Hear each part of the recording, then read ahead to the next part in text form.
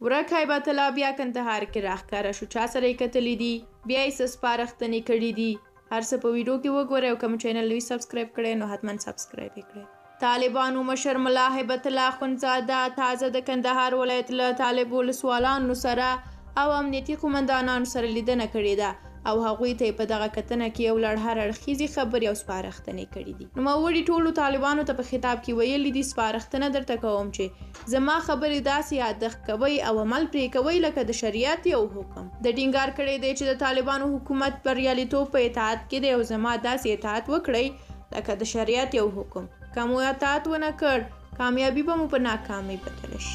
باختر خبري اژانس چې د طالبانو تر څار لاندې فعالیت کوي د ملا هیبت الله دغه څرګندونې نن پنجشنبه خپرې کړي دي. په دغه څرګندونو کې ملا هیبت الله پر طالب مسؤلینو غږ کړی دی چې اختلاف مه کوئ، یو د بل سره همکارۍ وکړئ، ځانونه په شریعت برابر کړئ، خپلې سڼې کمې او ځانونه اصلاح کړئ. که اصلاح نه کړئ نظام او ولس ته به زیان ورسیږي. هغه په خپلو سپارښتنو کې زیاته کړې ده چې یتیمانو ته د تعلیم زمینه برابره کړي او د طالبانو د پوهې سطحه لوړه کړي. سیمینارونه ورته جوړ کړي ترڅو په اداري برخه کې مهارت پیدا کړي.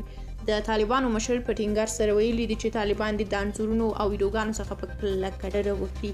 ځیرک موبایلونه او انټرنیټ د ډیر نه کاروي او نه د نور کسان ورته هڅوي. ملا هیبت الله همدغه راز پر طالبانو امر کړی دی چې کومو ولسوالیو کې چې مدرسې نوي ژر تر ژره باید جوړې شي، خو هغه په هیواد کې د ویجاړو مکتبونو او انجونو ښوونځیو په هکله څه نه دي ویلي. هغه له مسؤلو طالبانو غوښتي دي چې چا په تېرو 20 کالو کې مبارزه کړې، قرباني ورکړې ده، قدر یې وکړئ، شاته یې مه پرېږدئ او همداراز یې ویلي دي چې د قاضیانو قدر وکړئ، خپلو صفونو کې بدو خلکو ته ځای مه ورکوئ. طالب مشر په خپلو تازه څرګندونو کې هیواد کې په فقر، غربت، اقتصاد، د انجونو پر زده کړو، داخلي او بهرني سیاست هیڅ خبرې نه دي کړي او یوازې خپلو طالب مسؤلینو ته د چارو د سمون په خاطر لارښوونې کړي دي او دی ورته ویلي دي چې دا زما خبرې چې دي ډېرې مهمې دي لکه د شریعت یو حکم او چې عملي یې نه کړئ نو